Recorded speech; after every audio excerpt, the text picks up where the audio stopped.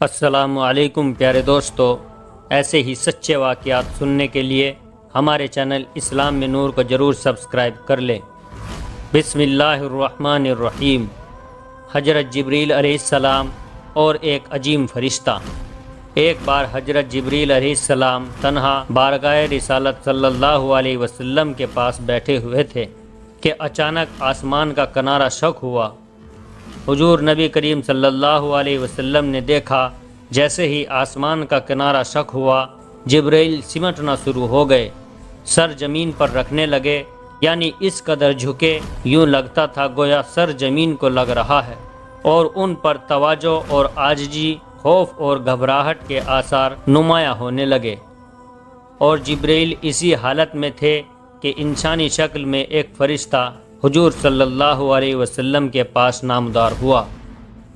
فرشتے نے عرض کیا، اے محمد صلی اللہ علیہ وسلم، آپ کا پروردگار آپ پر سلام فرماتا ہے اور آپ کو اختیار دیتا ہے، آپ چاہیں تو آپ کو بادشاہ پیغمبر بنا دیا جائے، اور اگر آپ چاہیں تو آپ بندہ منیش پیغمبر کی طرح زندگی بسر کریں۔ فرشتے نے جب یوں اللہ عز و جل کا پیغام پہنچایا تو حضور صلی اللہ علیہ وسلم نے کچھ توقف فرمایا اور سوچنے لگے۔ بالآخر سامنے گردن جھکائے عاجزی کے ساتھ بیٹھے جبریل کی طرف دیکھا۔ جبریل سمجھ گئے کہ حضور اس معاملے میں مجھ سے مشورہ طلب فرماتے ہیں۔ آرزو گزار ہوئے، اے اللہ کے رسول، بندگی اور عاجزی فرمائیں۔ حضور صلی اللہ علیہ وسلم نے آنے والے فرشتے کو جواب دیا، میں بندوں کی طرح زندگی بسر کروں گا، مجھے بادشاہی نہیں چاہیے۔ تو فرشتہ جواب سن کر آسمان کی طرف رجوع کر گیا اور جبریل بھی اپنی اصلی حالت پر واپس آ گئے۔ حضور صلی اللہ علیہ وسلم نے جبریل کو اس انداز سے دیکھا تو فرمایا، اے جبریل، میں تم سے پوچھنا چاہتا تھا یہ فرشتہ کون ہے؟ اسے دیکھنے کے بعد اوپر عجیب حالت طاری ہو گئی۔ حضرت جبریل علیہ السلام نے عرض کیا، یا رسول اللہ صلی اللہ علیہ وسلم، یہ فرشتہ حضرت اسرافیل علیہ السلام ہیں۔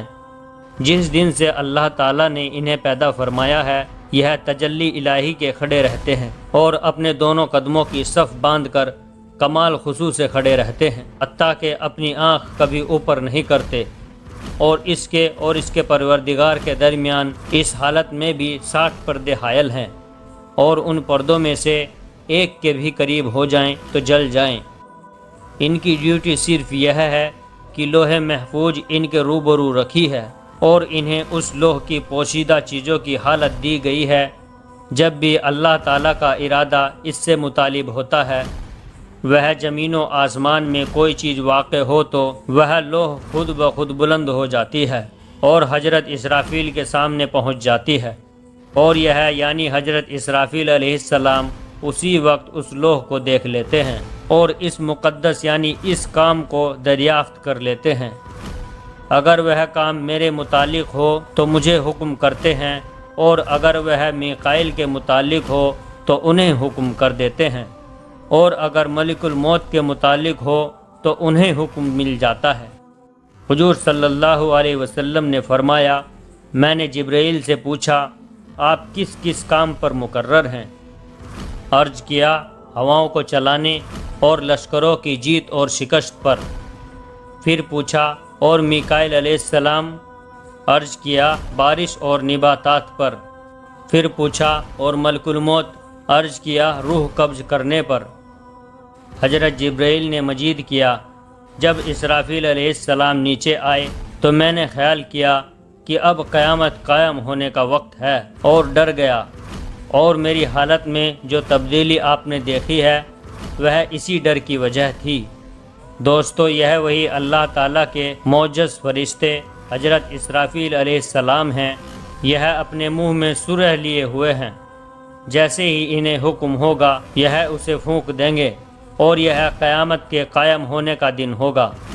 بیان کرتا روایت کے مطابق اس حوالے سے حضرت اسرافیل علیہ السلام تمام فرشتوں سے افضل ہیں کہ آپ قربہ منزلت لوح محفوظ کی پوشیدہ چیزوں پر مطلع ہونے پر سب سے آگے ہیں، یہاں تک کہ حضرت جبرائیل، میکائیل اور اسرافیل علیہ السلام پر حکم چلاتے ہیں۔ لیکن اگر وہی الہی اور سراہانے نازل کر کے نوح انسانی کی تکمیل اور اس نوح کے افراد کے آخرت کی اصلاح، انواروں اور برکت کے ساتھ عبادت گزاروں اور نیک لوگوں کی امداد اور ظالم اور فرعونوں کو ہلاک کرنے کے لحاظ سے دیکھا جائے تو حضرت جبرائیل علیہ السلام افضل ہے۔ یہاں تک حضرت اسرافیل علیہ السلام کے قرآن پاک میں ذکر کی بات ہے تو آپ کا نام قرآن پاک میں کہیں بھی نہیں ہے، صرف سورہ پھونکنے کا ذکر آیا ہے۔ البتہ حدیث کی کتابوں میں آپ کے نام کا ذکر آیا ہے، جس سے یہ پتہ چلتا ہے کہ آپ اللہ تعالیٰ کے قریب خاص فرشتوں میں ہیں۔ پیارے دوستو، ویڈیو اگر اچھی لگی ہو تو ویڈیو کو دل سے لائک اور ہمارے چینل کو ضرور سبسکرائب کر لیں، اور جاتے جاتے ہمیں اپنا ایک پیارا سا کمنٹ ضرور کر دیں۔ السلام علیکم ورحمۃ اللہ وبرکاتہ۔